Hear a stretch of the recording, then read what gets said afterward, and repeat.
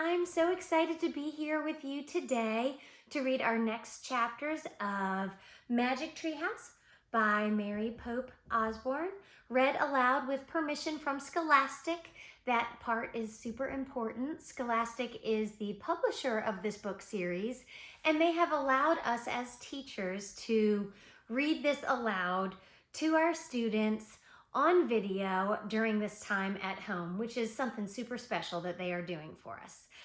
So I am ready to go, super cozy. It's my favorite kind of day. Wear my jeans and my flip-flops. It's my favorite kind of day. So let's get started.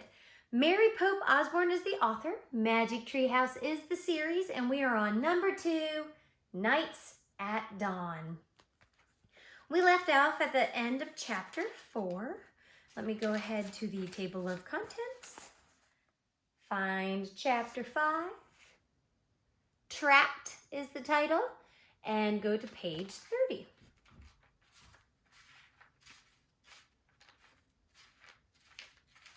There we go. I'm going to kick off those flip-flops, get comfy, and start reading. Chapter 5, Trapped. "Come on," cried Annie. "Hurry." Jack raced behind her. "Here, quick!" Annie dashed toward a door off the hallway. She pushed the door open. Jack and Annie stumbled into a dark, cold room. The door creaked shut behind them. "Give me the flashlight," said Annie. Jack handed it to her and she switched it on. "Yikes!" said Annie. A row of knights was right there in front of them.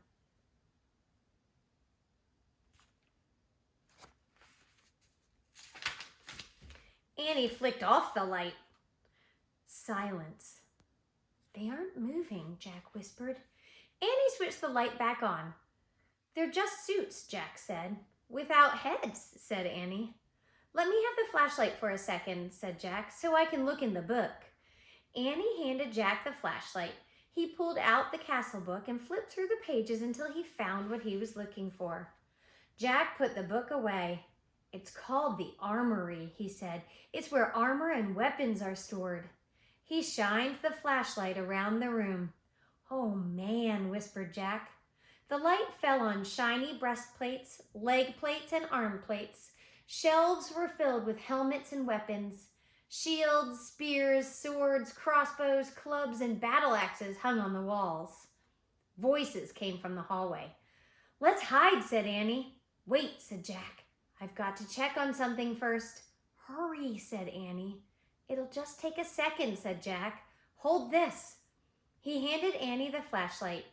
He tried to lift a helmet from a shelf. It was too heavy. He bent down and dragged the helmet over to his head. The visor slammed shut. "Oh man," thought Jack, "this is worse than having a 5-year-old on my head.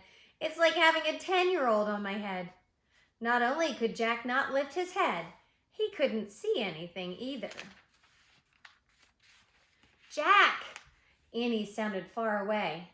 "They're getting closer." "Turn off the flashlight." Jack's voice echoed from inside the metal helmet. He struggled to get the helmet off. Suddenly, he lost his balance and went crashing into the other pieces of armor. Metal plates and weapons clattered to the floor. Can you imagine how much noise that made? Jack lay on the floor in the dark. He tried to get up, but his head was too heavy. He heard deep voices. Someone grabbed him by the arm. The next thing he knew, his helmet was yanked off, and he was staring into the fiery light of a torch. Here's a picture of Jack fallen on the ground.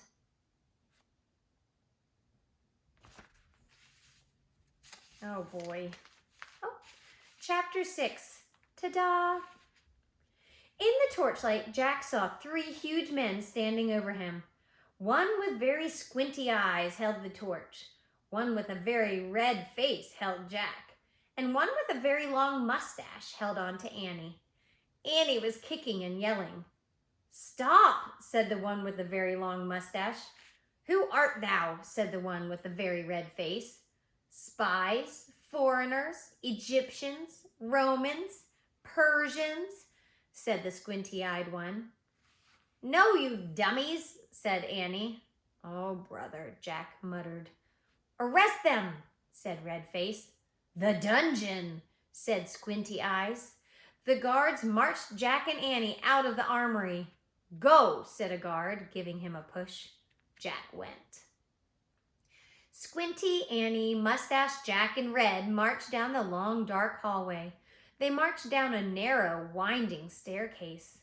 Jack heard Annie shouting at the guards. Meanies, we didn't do anything.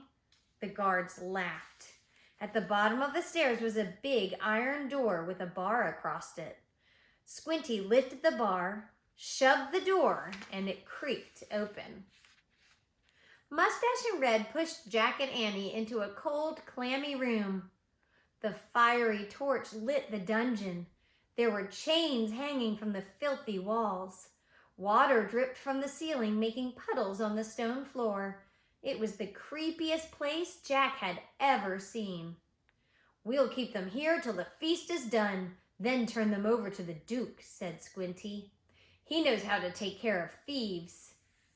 There will be a hanging tomorrow, said Mustache. If the rats don't get them first, said Red. They all laughed. Jack felt his backpack move. Annie was quietly opening it. Come on, let's chain the two of them, said Squinty. The guards started toward Jack and Annie. Annie whipped her flashlight out of Jack's pack. Ta-da! She yelled. The guards froze. They stared at the shiny flashlight in Annie's hand. Do you think they had ever seen a flashlight before? Remember, they're carrying a torch to light everything. Annie switched on the light. The guards gasped. They jumped back against the wall. Squinty dropped the torch.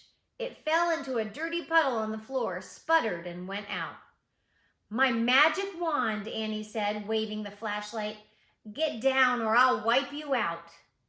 Jack's mouth dropped open. Annie fiercely pointed her light at Squinty, then at Mustache, and then at Red. Each howled and covered his face. Down, all of you! Get down, shouted Annie. One by one, the guards knelt down on the wet floor. Jack couldn't believe it. Come on, Annie whispered to Jack. Let's go now.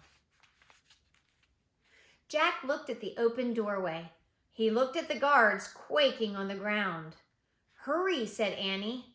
In one quick leap, Jack followed Annie out of the terrible dungeon. Here's a good picture of the dilemma they are in right now.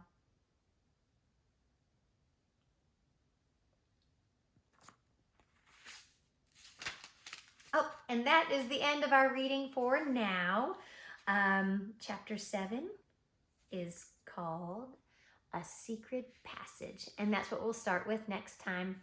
I sure hope y'all have a wonderful rest of the day, and I will see you soon. Take care. Love you.